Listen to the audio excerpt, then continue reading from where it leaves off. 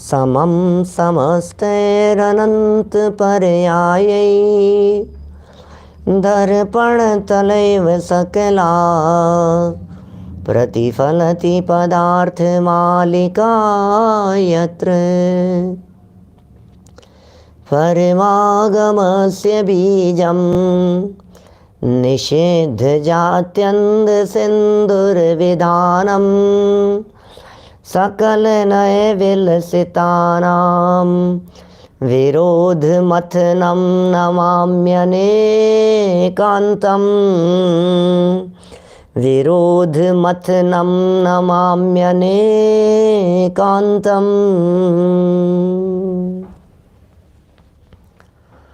पुरुषार्थ सिद्धि उपाय नामक ये ग्रंथ है, अमृत चंद्राचार्य की यह सुंदर रचना।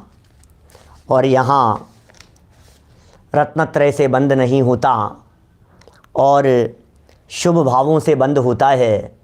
रत्नत्रय के साथ में रहने वाले शुभ परिणाम, शुभ भाव, वे ही आश्रव के हेतु होते हैं, वे ही बंध के कारण होते हैं।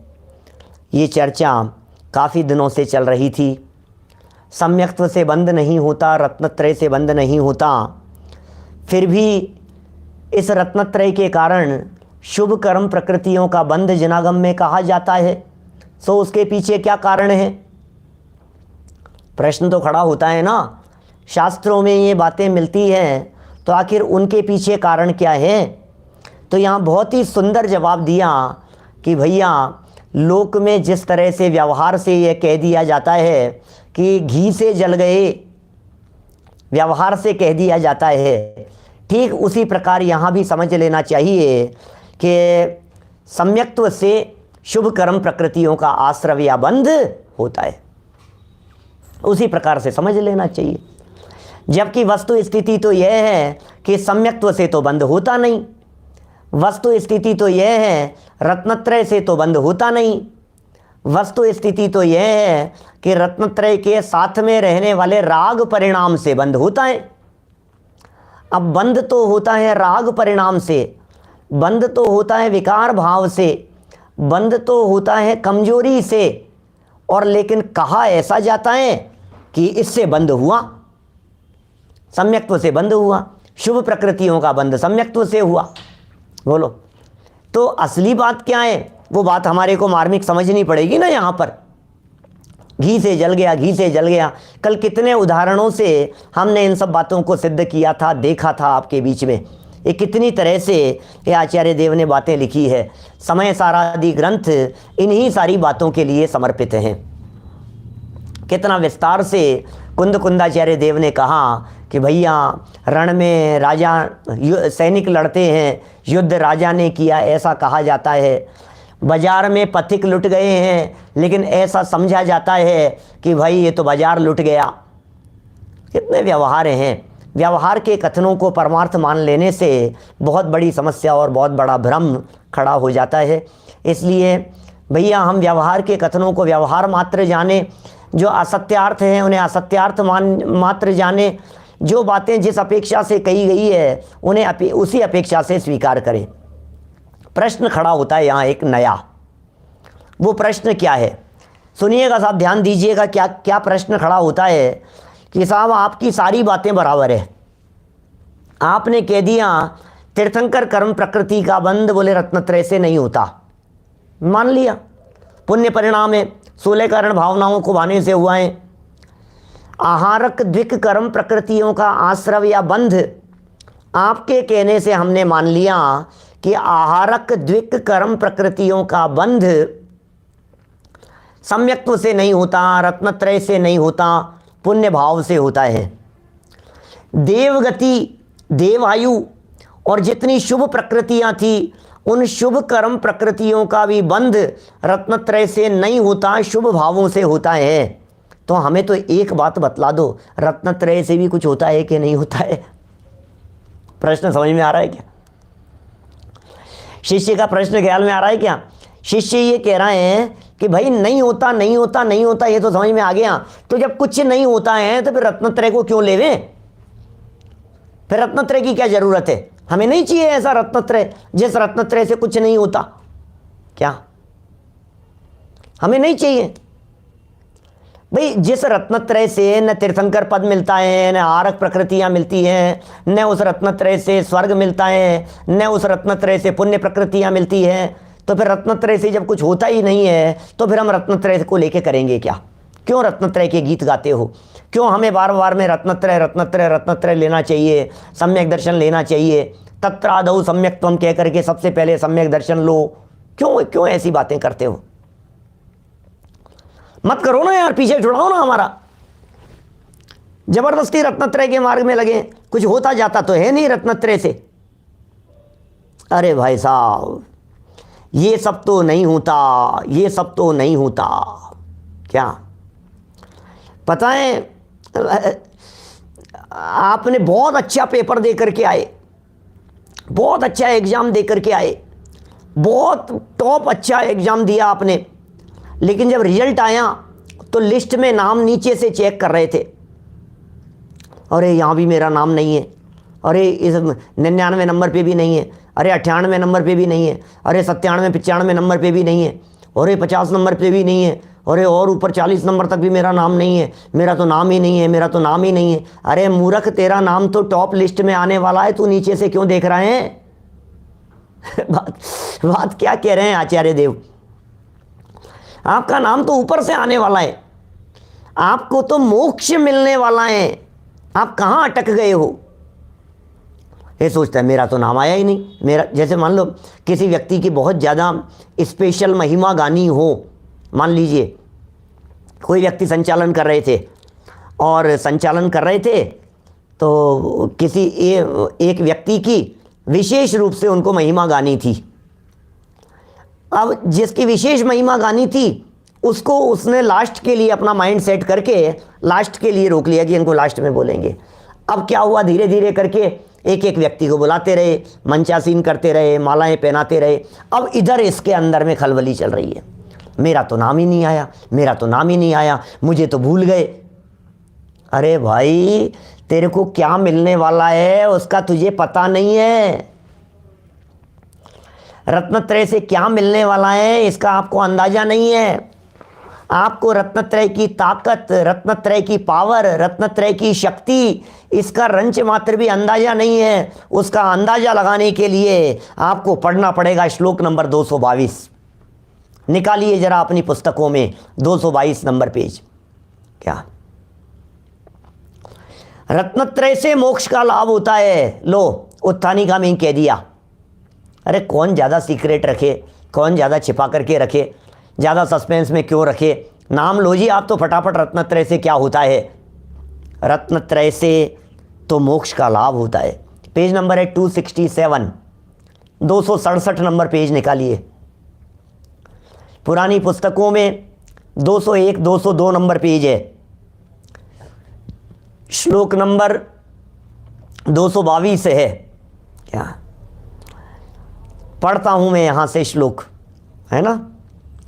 सम्यक बोध चारित्र लक्षणों मोक्ष मार्ग इत्येष मुख्योपचार रूप है प्रापयति परम पदम पुरुषम। क्या कितने सुंदर श्लोक लिख दिया है गुजराती पुस्तकों में। 186 नंबर पेज पर देखना भाई साहब, जिनके पास गुजराती है। कितनी सुंदर सरलता से बात कह दी है। बात छोटी सी है लेकिन बात गंभीर है। जैसे समझ लीजिए बहुत ज़्यादा बड़े व्यक्ति होते हैं ना, उनके बारे में भी कोई परिचय नहीं दिया जाता, और जो बिल्कुल सामान्य होते हैं उनके बारे में भी कोई परिचय नहीं दिया जाता है। क्या समझ में आ रही है बात? माने जो किसी परिचय की, पता है, जो बहुत ज़्यादा फेमस होते हैं, जिनका बहुत ज़्यादा नाम होता है, मान सम्मान होता है, उनका परिचय देते हुए लोग सभा में क्या कहते हैं? ये परिचय के मोहताज नहीं है, मैं इन्हें आपके बीच में आमंत्रित कर रहा हूँ। ख़त्म हो गई उनकी एक लाइन में, उनकी कोई चर्चा नहीं। इनके क्या परिचय देवें, सब जानते हैं इनके बारे में, क्या कहें इनके बारे में, इन्हें कौन नहीं जानता है आज। लोग ख़त्म ही हो गए बेचारों की बात ही। ऐसे कह रहे हैं रत्नत्रय से क्या मिलता है? बोले मोक्ष मिलता है। ये आप कुछ तो बताओ। अरे क्या बताएं यार, अब कह दिया मोक्ष मिलता है, बस बात खत्म हो गई। अब मोक्ष से ऊपर कुछ हो तो बतलाओ इस दुनिया में। यदि आपको ऐसा लगता हो कि इस दुनिया में मोक्ष से बढ़कर भी कुछ है तो आप बात कीजिए। क्या मिलने वाला है? क्या मिलने वाला है? कुछ पता है आपको? मोक्ष किसका नाम है जिसकी यहाँ चर्चा कर रहे हैं? भाव वासन होता है थोड़ा सा मोक्ष के बारे में। एक गरीब आदमी, एक फकीर, एक भिखारी, उसे नगर का राजा बना दिया गया। हुआ ऐसा, किसी नगर में इस प्रकार की परंपरा थी क्या कि जब यदि राजा के संतान नहीं हो तो हाथी छोड़ा जाता था और सुबह नगर के दरवाजे खोले जाते थे, हाथी बाहर निकलता था और जिसको उठा लाता था उसे राजा बना दिया जाता था। क्या क्या ये परंपरा थी? बरसों से इसी प्रकार की परंपरा चली आ रही थी। राजा का अचानक देहावसान हो गया। मंत्री, सेनापति सब मानो अपने आप को अनाथ महसूस करने लगे। तो अचानक याद आई कि अरे अपने यहाँ तो परंपरा है, राजा के तो कोई पुत्र है नहीं, अब राज्य कौन संभालेगा? सब ईमानदार और सज्जन लोग थे। बोले उस परंपरा का निर्वाह करो, बुलाओ हाथी को और छोड़ दो और सुबह नगर के दरवाजे 6 बजे खुलेंगे। ऐलान हो गया, हाथी जिसे वो अपने माथे पे बिठा करके लाएगा उसे यहाँ का राजा बना दिया जाएगा। हाथी पकड़ करके ले आया एक भिखारी को, एक गरीब आदमी को, फटे हाल था क्या, और हाथी उठा करके ले आया। जब हाथी ऐसे व्यक्ति को उठा करके ले आया तो सब फैल गए, इसको कैसे राजा बनाएंगे हम भिखारी को? नहीं नहीं नहीं, कुछ नहीं, वापस छुड़वा दो इसको, वहीं बाहर पटकवा दो इसको। दूसरे दिन फिर हाथी को भेजो। अरे कोई सभ्य व्यक्ति तो होना चाहिए ना कोई राजा बनने के योग्य तो होना चाहिए।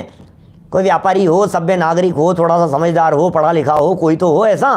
दोबारा हाथी को दूसरे दिन छोड़ा गया। संयोग की बात है कि दूसरे दिन भी उसी को उठा लाया हाथी ढूंढ करके। ये क्या हुआ? फिर नहीं माने क्या, और फिर तीसरे दिन भी ऐसा ही हुआ क्या। तो कहते हैं अब उन लोगों ने सोचा कि भैया लगता है शायद नियति को यही मंजूर है क्या, कोई बात नहीं, अब जब यही होना है तो बनाओ भाई इसको राजा, क्या करो। तो उसको तैयार किया जा रहा था। तैयार करते करते कोई व्यक्ति दूसरे काम में लगा, इतनी देर में वो अपने खोले हुए फटे पुराने कपड़ों को समेटने लगा। जब समेटने लगा तो इसने कहा अरे तू क्या करता है, तेरे लिए तो ये नए कपड़े आए हैं, तेरे लिए तो ये वेशभूषा दूसरी आई है, तू क्या कर रहा है, तू किस बात की चिंता कर रहा है, तुझे तो राजा बनाया जा रहा है, अब तू इन कपड़ों की चिंता क्यों कर रहा है, फटे कपड़ों की, तेरे लिए तो ये नए आ गए हैं। तो पता है क्या कहता है कि नहीं नहीं अभी तो आप पहना रहे हो, लेकिन जब वहां से उतरूंगा ना फिर उसके बाद में तो चाहिएंगे मेरे को।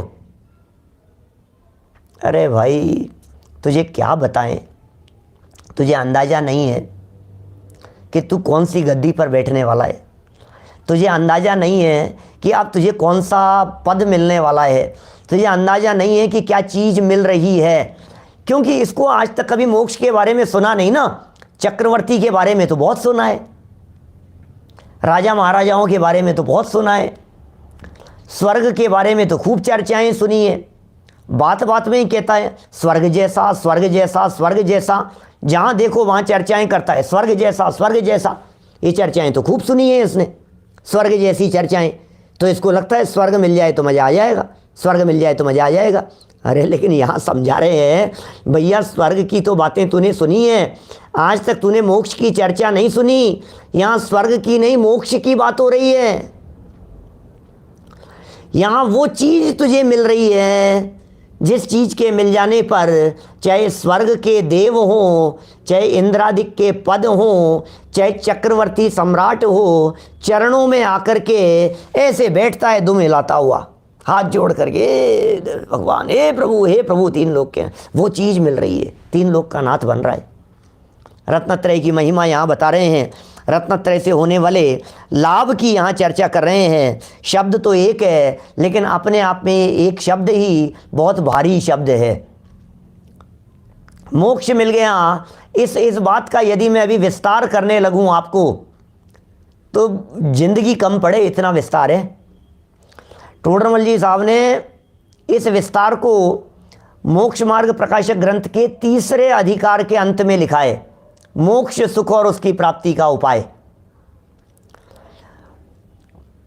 मोक्ष के आनंद और सुख की चर्चा को हमारे ब्रह्मचारी यशपाल जी साहब ने गुणस्थान विवेचन नामक पुस्तक के अंत में लिखा है। क्या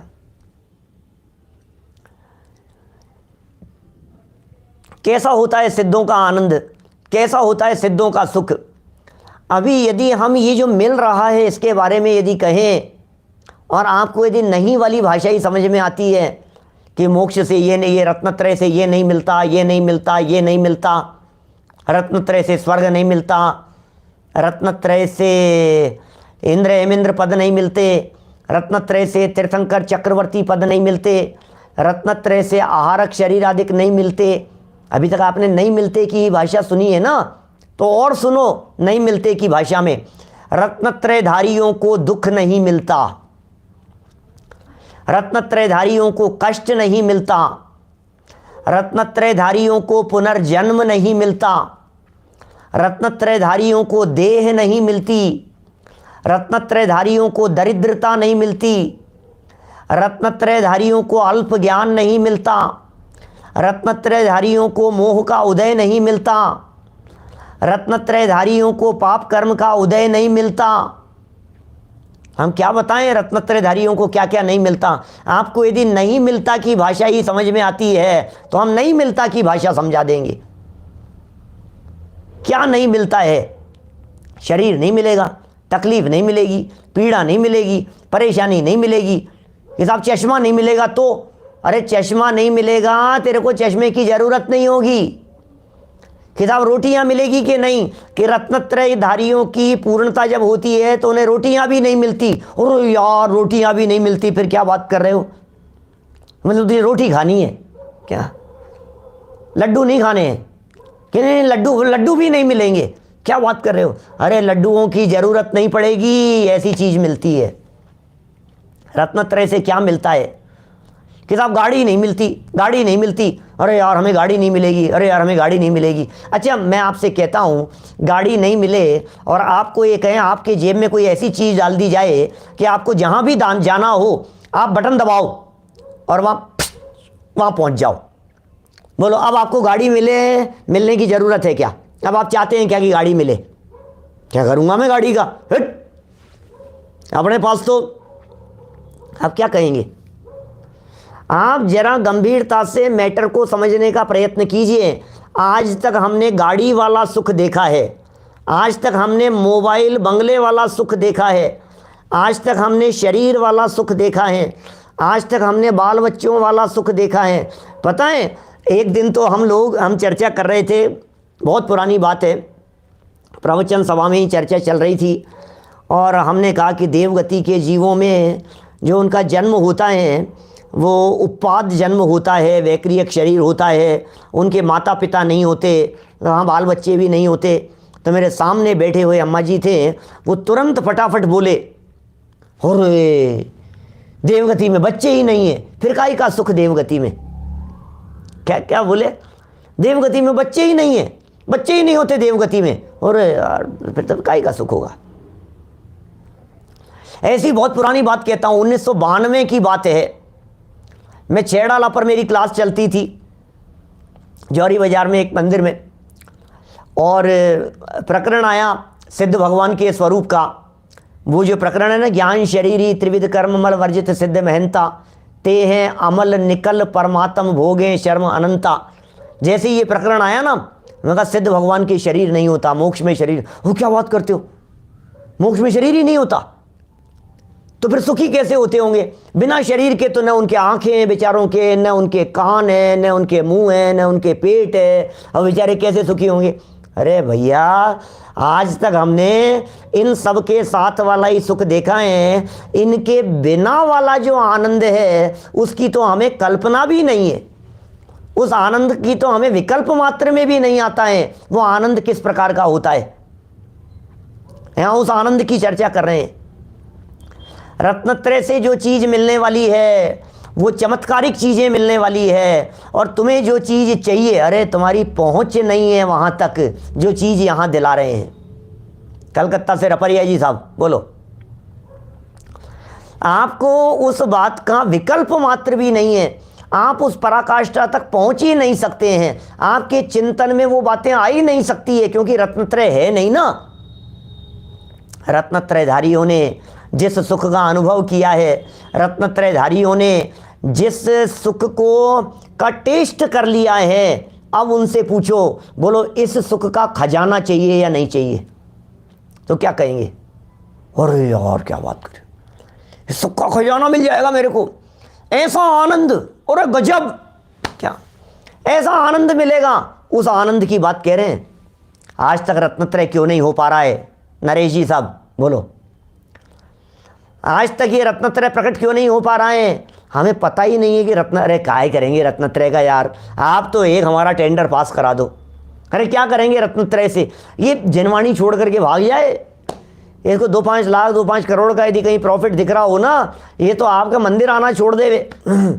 कोई व्यक्ति ये कह देवे कि महीने भर तक मंदिर मत जाना, मैं तेरे को 2 करोड़ रुपया दूंगा, 2 करोड़ की FD ले ले, तेरे नाम बनवा करके ले आया हूं, बोल महीने भर तक मंदिर मत जाना, ये तैयार हो जाता है मूर्ख, इसको ये अकल नहीं है। दुनिया भर के लोगों की स्थिति बता रहा हूं मैं, क्योंकि हमें सारा सुख पैसे में ही नजर आ रहा है। हमें उस पैसे के सामने ये जिनेंद्र देव की प्रतिमा के दर्शन का आनंद नजर नहीं आ रहा है। अति पुण्य उदय मम आया, प्रभु तुमरा दर्शन पाया, बोलो अति पुण्य उदय मम आया, प्रभु तुमरा दर्शन पाया। हे जिनेंद्र देव, आपका दर्शन मिल गया, ये अति पुण्य उदय है। गाड़ी मिल गई, बंगला मिल गया, नौकर चाकर मिल गए, खाने पीने की व्यवस्था मिल गई, इससे क्या दम है? क्या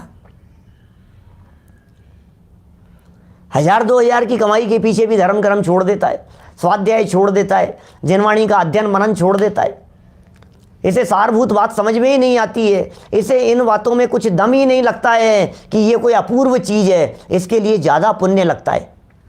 कितने में आता है भैया? 2 लाख रुपए के लिए कितना पुण्य खर्च करना पड़ेगा, और 2 करोड़ के लिए कितना पुण्य खर्च होगा, और जिनवाणी सुनना मिलने के लिए कितना पुण्य खर्च होगा। यदि आप इन दोनों की वैल्यू यदि पुण्य में नापने का प्रयत्न करो तो आपको पता लगेगा इसका पुण्य कितना है, ये कितनी वैल्यूएबल चीज़ हमारे को मिल गई है जिनवाणी सुनने का अवसर।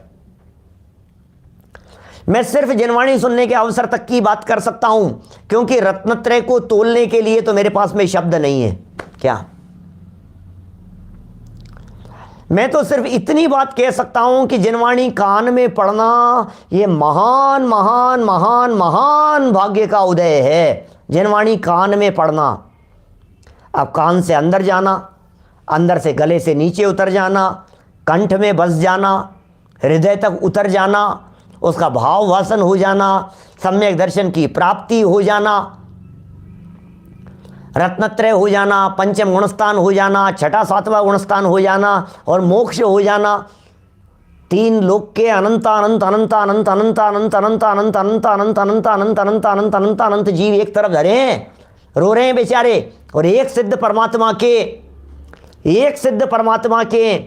एक समय के अनंत सुख के अनंतवें भाग की भी बराबरी नहीं कर सकते। कहाँ बात करें आपसे, बोलो।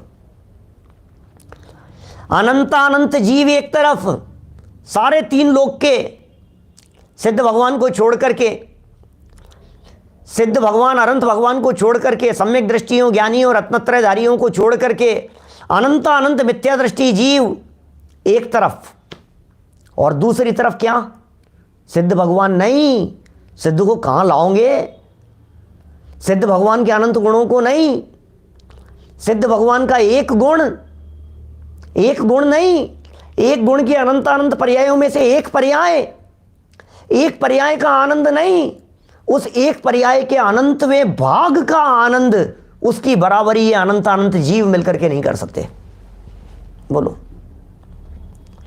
क्या क्या चीज़ है ये सिद्ध पर्याय, क्या चीज़ है ये मोक्ष पर्याय, क्या लाभ मिलने वाला है, कौन से लाभ की बात कर रहे हैं, वो दिखता नहीं है। इसको तो लाभ ये दिखता है, कोई अच्छे जूते भी अच्छे मिल जाए ना इसको तो लगता है लाभ हो गया। कोई मंदिर के बाहर उतर करके तुम गए और तुम्हारी टूटी चप्पल कोई व्यक्ति पहन गया और सेम वैसी की वैसी नई चप्पल कोई छोड़ करके चला गया, सेम वही कलर वही डिजाइन वही साइज, नई थी लेकिन तुम्हारी पहन करके चला गया, तो ये सोचता है मजा आ गया यार आज तो। मूर्ख, क्या कहूं मैं, बोलो। इसको चप्पल में मजा आ रहा है, इसको जूते में मजा आ गया कि क्या मिल गया, कि जूते मिल गए, जूते मिल गए। जूते में मजा आ रहा है।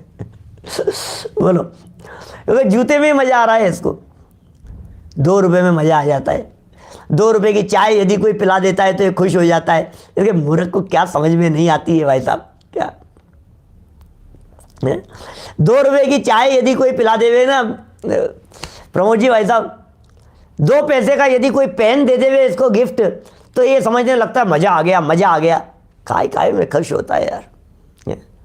एक कुर्ता पहना दिया किसी ने, एक व्यक्ति ने, किसी ने तेरे कंधे पे शाल उड़ा दिया, तो ये समझ रहा है बहुत बड़ा काम हो गया भैया, अरे मजा आ गया। 2 शब्द किसी ने प्रशंसा के इस पुद्गल पर्याय के बारे में, इस विनाशी पर्याय के बारे में, और झूठी सच्ची बढ़ा चढ़ा करके कुछ भी कह दी और ये प्रसन्न चित्त हो रहा है। यहाँ कह रहे हैं भैया रत्नत्रय से तो मोक्ष का लाभ मिलता है। रत्नत्रयधारियों को लोक में प्रशंसा मिले चाहे नहीं मिले, आपको प्रशंसा चाहिए या मोक्ष का आनंद चाहिए, क्या चाहिए डिसाइड कर लीजिए आप। जिन्हें मोक्ष चाहिए हो उन्हें ये नहीं मिलेगा। आपको पता है इसकी जांच करने के लिए उसने भरत चक्रवर्ती जो थे ना, उन्होंने ब्राह्मणों को अलग निकाला और बाकी सबको अलग निकाला उन्होंने। ब्राह्मण मत की स्थापना ये भरत जी के द्वारा की गई है। ब्राह्मण मत की स्थापना, दान की घोषणा की उन्होंने, और दान दक्षिणा के लिए घोषणा की कि मिच्छिक दान दिया, जो जितना चाहो उतना आकर के ले जाना, और जो जितना जल्दी आएगा, जितना आएगा वो यहाँ से भर भर करके ले जाएगा। तो एक रास्ता उन्होंने बनाया, शॉर्ट रास्ता, और दुनिया को बताया कि ये शॉर्ट रास्ता है। लेकिन उस पूरे शॉर्टकट के ऊपर, शॉर्ट रास्ते के ऊपर सब घास घास घास घास थी, और दूसरा एक लंबा रास्ता था जो बिना घास वाला था। तो जो लोग थे वो सब जल्दी जल्दी जल्दी जल्दी लेने के लिए फटाफट फटाफट फटाफट आ गए घास पर चल करके। और वो जो दूसरा रास्ता था वो लंबा रास्ता था। जो लंबे रास्ते से जो आए, शॉर्टकट जिन्होंने नहीं अपनाया, घास पर जिन्होंने पाँव नहीं रखा, तो वहाँ जाकर के जो आए उन्हें विशेष प्रकार से रिवॉर्ड दिया, सम्मान दिया, और बहुत विशेष उनकी आवभगत की कि ये सच्चे अर्थों में आत्मार्थी लोग हैं, ये ब्रह्म को पसंद करने वाले लोग हैं, ये ब्रह्म की कीमत समझने वाले लोग हैं, ये ब्रह्म स्वरूप आत्मा की कीमत समझने वाले लोग हैं, ये ब्रह्म में चरण करने वाले लोग हैं, ये ब्राह्मण हैं, ब्रह्म को समझते हैं, आत्मा को समझते हैं। ऐसे ब्राह्मण मत की स्थापना की उन्होंने, भरत जी ने। तो ऐसे ही यहाँ कह रहे हैं रत्नत्रय से क्या मिलेगा, यार नाम नहीं मिला, प्रशंसा नहीं मिली, ये नहीं हुआ, ख्याति लाभ पूजादि चाह, धरी करण विविध विधि देह दाह। क्या ये लिखा है दौलत राम जी ने, कहाँ कहाँ अटक जाते हैं। देखिए अन्वयार्थ टीका पढ़ते हैं अपन, बातें तो यही है, सब यही बात कही है, यही मूल मुद्दा है आज के श्लोक का, और यही चर्चा है बस। अन्वयार्थ इति एष है मुख्योपचार रूप है। इस प्रकार यह पूर्व कथित निश्चय और व्यवहार रूप, क्या क्या कह रहे हैं, इस प्रकार यह पूर्व कथित पहले का कहा हुआ निश्चय और व्यवहार रूप सम्यक बोध चारित्र लक्षण है। सम्यक दर्शन, सम्यक ज्ञान और सम्यक चारित्र लक्षण वाला मोक्ष मार्ग है। मोक्ष का मार्ग पुरुषम परम पदम प्रापयति, आत्मा को परमात्मा का पद प्राप्त करवाता है। इस आत्मा को परमात्मा का पद कौन दिलाएगा? दुनिया भर में पद का लालच देकर लूटने वाले लोग बहुत हैं। क्या पूरे दुनिया भर में पद का लालच दे करके आपको जॉब मिल जाएगी। रोज़ाना न्यूज़पेपर की खबरें इस तरह की बनी रहती है आए दिन। नौकरी का झांसा देकर 2 लाख ठगे, नौकरी का झांसा देकर के 3.5 लाख लूटे, उस पद का झांसा देकर के इतने हड़प लिए, ऐसा कर लिया। आए दिन इस तरह की खबरें आती रहती है और ये सोचता है मिल जाएगा यार, मिल जाएगा यार, कौन दिलाएगा यार। यार एडवोकेट साहब कोई परिचय है क्या कि कौन दिलवा सकता है मेरे को वो पद? कौन दिलवा सकता है?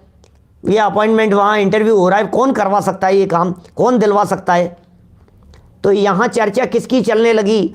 यहाँ चर्चा चलने लगी परमात्मा का पद कौन दिला सकता है। भाई साहब बात करो जरा, देखो यार, मालूम करो यार, मुझे तो परमात्मा का पद चाहिए। हैं अमृत चंद्राचार्य देव ने, इन्होंने ही समय सार के अंदर मूल कलश में लिखा, अपद पद में मस्त है अंधे जगत के प्राणियों, ये पद तुम्हारा है नहीं। ऐसे मूल श्लोक में लिखा कलश में, अपद पद में मस्त हे अंधे जगत के प्राणियों। भैया हो गया यार, जब हमने पढ़ी ये पंक्तियाँ बड़ा आश्चर्य हो गया। अपद पद में मस्त, अंधे, सारे जगत के प्राणियों को अमृत चंद्राचार्य अंधे कह करके पुकारे। अंधे हो तुम, अकल नहीं है तुम्हारे को, अंधे हो तुम, अपद में मस्त हो। कौन कौन से अपद हैं? वे सारे अपद हैं जो पद छीन लिए जाएं। अपद किसे कहते हैं जिग्नेश भाई? अपद किसे कहते हैं? वो सारे पद अपद हैं जो पद तुमसे छीन लिए जाएं। अब बोलो क्या कहना है? कौन से पद पर जाना है? कलेक्टर बनना है, मिनिस्टर बनना है, मुख्यमंत्री बना दे, राष्ट्रपति का पद, राज्यपाल का ऑफर आया है, नॉमिनेट हुआ है नाम कई के लिए, राज्यपाल पद के लिए नॉमिनेशन। ओहो, राज्यपाल पद के लिए, अच्छा, राष्ट्रपति के लिए नॉमिनेट है, अच्छा गजब हो गया, प्रधानमंत्री बना देवे। बोलो, अरे भाई इन पदों में क्या दम है? ये पद तुम्हारे हैं नहीं, छीन लिए जाएंगे। और फिर एक बार पद छिन जाने के बाद जो हालत होती है, आप उस हालत को सोच नहीं सकते हो। साधारण आदमी बन करके बैठ जाता है सामने कुर्सी पर, भूतपूर्व लग जाता है, जीते जी भूत हो जाता है व्यक्ति, जीते जी भूत हो गया। ऐसा पद चाहिए आपको? हमें वो पद नहीं चाहिए, हमें वो पद चाहिए जिस पद पर एक बार जाकर के बैठ जाएं तो फिर 3 लोग 3 काल में हमारे को कोई उस पद से उतारने वाला नहीं हो। वो पद चाहिए हमारे को। कौन दिला सकता है उस पद को? बोले उस पद को तो दिलाने वाला, पहले बताओ पद कौन सा चाहिए? पद कौन सा चाहिए आपको? बोले सिद्ध पद चाहिए, बोले मुक्ति पद चाहिए, बोले सिद्धालय में जाकर के बैठना है मेरे को। उस पद को कौन दिला सकता है कोई दिलाने वाला? मिथ्यात्व मिल गया बीच में, धोखेबाज आ गया लूटने के लिए, मिथ्यात्व।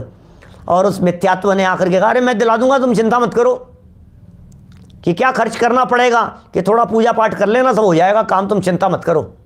लगा दिया हमारे को झांसे में उस मिथ्यात्व ने, और अटक गए हम। फिर मिथ्यात्व मोह हावी हो गया, और मोह ने हावी होकर के हमारे को क्या कहा, अरे अरे तुम चिंता मत करो, तुम चिंता मत करो यार, मैं हूं ना लाइन में लगा हुआ, मैं तुम्हें सब दिला दूंगा, तुम्हें वो सिद्ध पद मिल जाएगा। कि गारंटी ले रहे हो? क्या गारंटी तो ले रहा हूं, नहीं मिलेगा तो स्वर्ग तो मिल ही जाएगा, तुम चिंता मत करो। फिर अटका दिया हमारे को स्वर्गाधिक के अंदर, पूजन में अटका देता है, पाठ में अटका देता है, भक्तियों में अटका देता है, उनमें धर्म मान करके उलझा देता है, मति को घुमा देता है ये मिथ्यात्व। भैया गलत व्यक्तियों के चंगुल में यदि तुम फंसे रहोगे तो तुम्हें सच्चे पद को दिलाने वाला कोई दूसरा मिलेगा नहीं। तुम्हें सही व्यक्ति चाहिए। भाई साहब मैं आपसे पूछता हूं, आपका कोई केस अटका हुआ है, इनकम टैक्स में अटका हुआ है, इधर उधर दुनिया भर के झमेलों में कहीं फंसे हुए हैं, सब होते हैं ना सब बिजनेसमैन लोग, हमारा केस वहाँ अटका है साहब, हमारा केस वहाँ अटका है साहब, कानूनी अड़चनों में अटका है साहब, अकाउंट फ्रीज कर दिए हैं, सीज कर दिए हैं, ऐसा हो गया है साहब, ये हो गया है, वो हो गया है। फिर कई लोग मिलते हैं, वो कहते मैं करा दूंगा तुम्हारा काम, मैं करा दूंगा। तो आप क्या करते हैं, यार बहुत जगह फंस चुके हैं, कोई सही व्यक्ति बताओ, सही व्यक्ति बताओ जो सच में हमारा काम करा सके। ऐसे ही हमने आज तक अपना ये मोक्ष रूपी पद को प्राप्त करने रूपी जिम्मेदारी के लिए कई लोगों से संपर्क किया। किसी ने मुझे भवनत्रिकों में अटका दिया, कोई अच्छा व्यक्ति मिला तो वैमानिक देवों तक ले गया, किसी ने और कोई बड़ा काम किया तो 9वें ग्रह तक ले गया, और कई तो इतने फंसाने वाले मिले जो मुझे नरक और निगोद तक ले गए। मैं क्या करूं? कोई सही व्यक्ति मिला ही नहीं आज तक, कोई ईमानदार व्यक्ति मिला ही नहीं, कोई ऐसा व्यक्ति मिला ही नहीं जो मुझे सही जगह पर पहुंचा देवे ईमानदारी से, बिना किसी लोभ लालच के। तो आचार्य अमृतचंद्र मिले हमारे को, एक सज्जन व्यक्ति। इन्होंने कहा मैं जानता हूं किसी को, कि साहब कैसे विश्वास करूं? कि आपको विश्वास करना पड़ेगा, क्योंकि हमने भी विश्वास किया है, आपको विश्वास करना पड़ेगा। हमने अमृतचंद्राचार्य की बातों पर भरोसा किया, विश्वास किया, और अमृतचंद्राचार्य ने कहा मेरी बात मत मानो, मैं ऐसे व्यक्ति से मिलाने वाला हूं जिस व्यक्ति की उपस्थिति मात्र से, जिसकी मौजूदगी मात्र से आज तक अनंत अनंत जीवों ने उस पद को प्राप्त किया है और लौट करके कभी वापस नहीं आए। कि साहब बताओ तो सही, बताओ तो सही, वो कौन है, वो कौन है? तो अमृतचंद्राचार्य कहते हैं सम्यक्त्व बोध चारित्र लक्षणों मोक्ष मार्ग इत्येष है। रत्नत्रय ही एकमात्र सच्चा साथी है जो मोक्ष तक ले जाता है, वो सच्चा साथी है। रत्नत्रय को छोड़कर यदि अन्य किसी का साथ पकड़ने या हाथ पकड़ने की कोशिश की तो धोखा हो जाएगा भाई साहब, जिंदगी में ध्यान रखना। क्या पुण्य में मत अटक जाना, शुभ भाव में मत अटक जाना। दुनिया में ऐसी दुकानें चलाने वाले, ऐसे पासपोर्ट का लालच देने वाले, ऐसा वीज़ा का लालच देने वाले, हम तुम्हें अमेरिका में नौकरी दिला देंगे, हम तुम्हें ऑस्ट्रेलिया में नौकरी दिला देंगे, हम तुम्हारे पास में लंदन का वीज़ा लगवा देंगे, अमेरिका का वीज़ा लगवा देंगे, मैं पासपोर्ट बनवा दूंगा और मैं सब उसके ऊपर स्टाम्प लगवा दूंगा, तुम चिंता मत करो। जगत में ठगों की टोली बहुत घूम रही है भैया, दुनिया में बहुत ऐसे ठग घूम रहे हैं जो तुम्हें कहीं ना कहीं उलझा देंगे। इसलिए स्वयं निर्णय करना, इस बात का विचार पूर्वक निर्णय करना कि मोक्ष का लाभ किससे मिलेगा। रत्नत्रय से मिलेगा, एकमात्र रत्नत्रय से मिलेगा। देखिए जरा ये क्या कह रहे हैं, आत्मा को परमात्मा का पद प्राप्त करवाता है, प्राप्यति। क्या स्वर्ग दिलवाने वाले भी कम नहीं है, बहुत हैं दुनिया भर में लोग। दिलवा देंगे, सारे हम दिला देंगे, हम दिला देंगे, हमारे पास में आ जाओ साहब, हमारे पास में सब व्यवस्था है। ये आचार्य देव कह रहे हैं मोक्ष का मार्ग आत्मा को परमात्मा का पद प्राप्त करवाता है, परमात्मा का पद प्राप्त करवाता है। ये निश्चय रत्नत्रय है जो इस पद को प्राप्त कराता है। टीका पढ़ते हैं, देखिए कल चर्चा करेंगे उस पद के बारे में, तो कल चर्चा करेंगे उस परमात्मा के स्वरूप के बारे में, तो आगे 223 नंबर के श्लोक में। अभी देखिए बात क्या कह रहे हैं। टीका सम्यक्त्व बोध चारित्र लक्षण है इति एष है मोक्ष मार्ग है, मुख्योपचार रूप है, पुरुषम परम पदम प्रापयति। क्या कह रहे हैं? सम्यक दर्शन, सम्यक ज्ञान और सम्यक चारित्र, इन तीन स्वरूप ही मोक्ष मार्ग अर्थात निर्वाण का मार्ग है। सम्यक दर्शन, ज्ञान, चारित्राणी मोक्ष मार्ग है। मोक्ष का मार्ग तो इन तीन स्वरूप ही है। यह मोक्ष मार्ग निश्चय और व्यवहार के भेद से दो प्रकार का है और यही आत्मा को मोक्ष तक पहुंचाता है। अटकना मत, दो प्रकार से मार्ग दिखता है। टोडरमल जी की पंक्तियां याद रखना उभियावासी प्रकरण की, जिसमें उन्होंने कहा मोक्ष मार्ग तो दो है नहीं, मोक्ष मार्ग का निरूपण दो प्रकार से है। वहाँ सच्चे मोक्ष मार्ग को तो मोक्ष मार्ग जानना और व्यवहार मोक्ष मार्ग को मोक्ष मार्ग नहीं मानना, सच्चे मोक्ष मार्ग का सहचारी मात्र जानना। क्या उसे सहचारी मात्र जान करके उसका कथन जनवाणी में किया है, इस बात को स्वीकार करना। तो ये दो प्रकार का कह दिया और यही आत्मा को मोक्ष तक पहुंचाता है। 248 नंबर पेज, सच्चे मोक्ष मार्ग की चर्चा की है। वहाँ पर मोक्ष मार्ग प्रकाशक ग्रंथ की बात कर रहे हैं, वहाँ चर्चा की है। देखिए ये टीका के अंदर बात कही, अब इसी बात को भावार्थ में कुछ और कहते हैं। छोटी सी बात है भावार्थ, फटाफट पढ़ लेते हैं अभी। निश्चय रत्नत्रय तो मुख्य है, मुख्य का मतलब असली है। निश्चय रत्नत्रय तो असली मोक्ष मार्ग है। और व्यवहार रत्नत्रय, बोले व्यवहार कहने का मतलब ही सावधान कराना है। व्यवहार कहने का मतलब red light, yellow light blinking कर रही है, सावधान, बी अलर्ट, उलझ मत जाना, अटक मत जाना। व्यवहार कह रहा, व्यवहार है, व्यवहार व्यवहार व्यवहार। जिनवाणी में व्यवहार का ही इसलिए है, व्यवहार कह करके सावधान कराते हैं। ये कहते हैं व्यवहार रत्नत्रय उपचार रूप है। व्यवहार रत्नत्रय इसमें उपचार है। ये दोनों ही मोक्ष के मार्ग हैं, ये दोनों ही मोक्ष के मार्ग हैं और जीव को परम पद की प्राप्ति करवाते हैं। ये दोनों ही परम पद की प्राप्ति करवाते हैं। अर्थात निश्चय मोक्ष मार्ग साक्षात मोक्ष का साधक है। सुनना भैया, दोनों करवाते हैं का मतलब दोनों साथ साथ में चलते हैं। कोई व्यक्ति ऐसा नहीं समझ ले वे यार निश्चय मार्ग तो कठिन है, हम तो व्यवहार मार्ग से चले जाएंगे। अरे यार निश्चय मार्ग तो थोड़ा सा कठिन लगता है, मैं एक काम करता हूँ व्यवहार मार्ग से मोक्ष चला जाऊंगा। व्यवहार वाला ठीक लगता है मेरे को थोड़ा सा, बहुत बड़े धोखे में हो। ये दो नहीं है। जिस जीव के जीवन में निश्चय मोक्ष मार्ग होता है उसी के जीवन में उसकी बाह्य प्रवृत्तियों को व्यवहार मोक्ष मार्ग कहने में आता है। मोक्ष मार्ग तो एक ही है, मार्ग तो एक ही है, लेकिन जब निश्चय मोक्ष मार्ग जिनके जीवन में होता है उसी व्यक्ति की बाहरी प्रवृत्तियों को, उसी व्यक्ति के बाहरी जीवन को व्यवहार मोक्ष मार्ग कहने में आता है।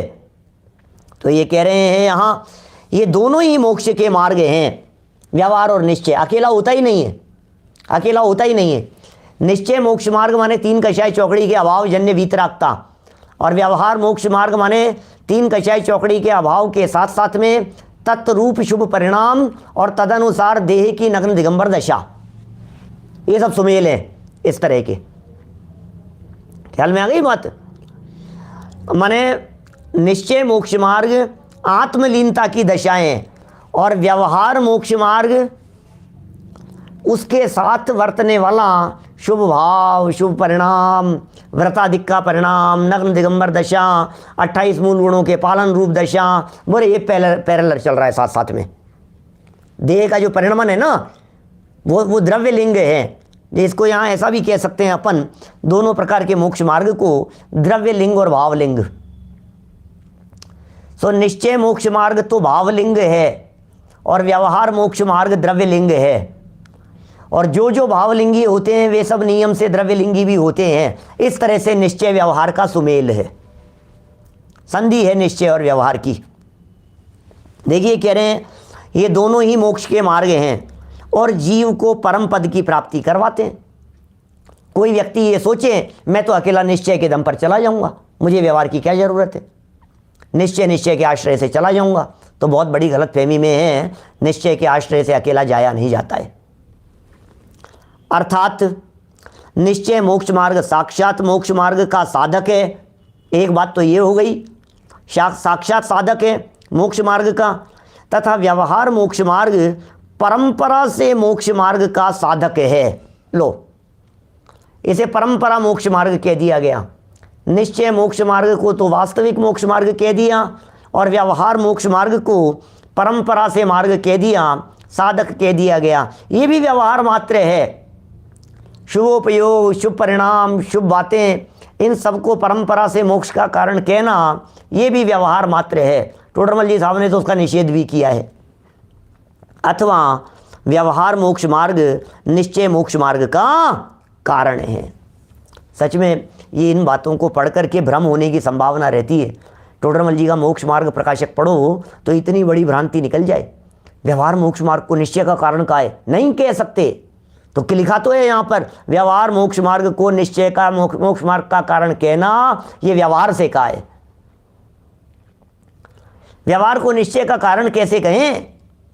व्यवहार निश्चय का कारण नहीं होता है, और जहां कहा गया है वहां विवक्षाएं अलग प्रकार की होती है। देखो मैं आपको समझाता हूं, देखो कैसा है, ये आधा मिनट लगेगा समझने में। व्यवहार को निश्चय का कारण कैसे कहा? बाहर में नग्न दिगंबर दशा 28 मूल गुणों के निरतिचार पालन की द्रव्य लिंग रूप दशा भावलिंग दशा का कारण कहें, ऐसा है। व्यवहार को निश्चय का कारण कहा ना, अनिवार्य है वो। 7वें गुणस्थान के लिए बाहर में द्रव्यलिंग दशा अनिवार्य है। विपुल भाई कंदी साहब बोलो, ये बाहर में निश्चय मुनि दशा के लिए या 3 कषाय चौकड़ी के अभाव के लिए बाहर में वो दशा अनिवार्य है। इसलिए कह दिया, बोले ये जो व्यवहार है ना, ये व्यवहार तुम्हारी 3 कषाय चौकड़ी के अभाव का कारण है। ये व्यवहार, ये बाहरी प्रवर्तन, ये इसका कारण है, ये इसलिए ऐसी बात कही गई है। तो बात थोड़ी सी सूक्ष्म है लेकिन समझने योग्य है। इस बात को यदि गहराई से नहीं समझेंगे तो समझ में नहीं आएगी। कुल मिलाकर के आज का अपना मुद्दा ये था, रत्नत्रय से क्या मिल सकता है? बोले रत्नत्रय से निर्वाण मिल सकता है, रत्नत्रय से मोक्ष मिलता है, रत्नत्रय से मुक्ति की प्राप्ति होती है। ये सारी बातें बहुत गंभीर है। अब रत्नत्रय से जिस मुक्ति की बात कही गई, रत्नत्रय के होने पर जिस मोक्ष की बात कही गई, अब ये कहना चाह रहे हैं वो मोक्ष का क्या स्वरूप है, ये भी समझा दो। उस मोक्ष में क्या होता है, वहाँ मोक्ष में क्या मिलेगा, उस मोक्ष दशा में हमारे को क्या उपलब्धि हो जाएगी, हे प्रभु ये भी बता दो। तो फिर आचार्य देव आगे परमात्मा का स्वरूप कहते हैं। ये परमात्मा के स्वरूप की चर्चा हम कल यथा समय करेंगे। एक सूचना है विशेष आपके लिए, धैर्य रखिए। बात ऐसी है कि कल से हमारा वार्षिक उत्सव प्रारंभ हो रहा है, 3 त्रिदिवसीय पीटीएसटी का, टोडरमल स्मारक का। कल भी मैंने आप लोगों को सूचना दी थी। विशेष कार्यक्रम, विशेष गोष्ठियों के आयोजन हैं, आप उनका भरपूर लाभ लेवें। महामस्तकाभिषेक का एक बहुत विशेष प्लान ऑनलाइन के आधार पर ही दिखाया जाएगा।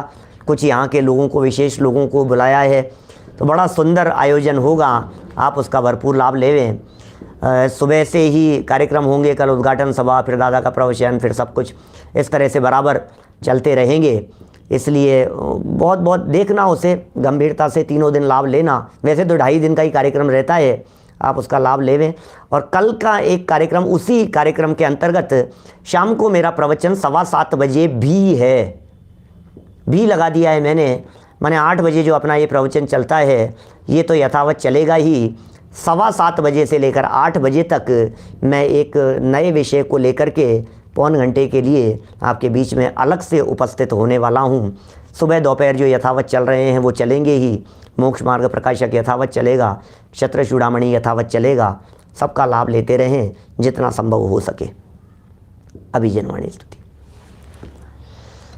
निज निधि निज में बताई, यह अनंत उपकार है।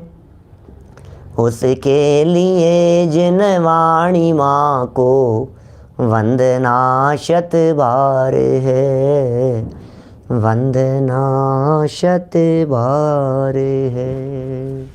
9 बाण मुकर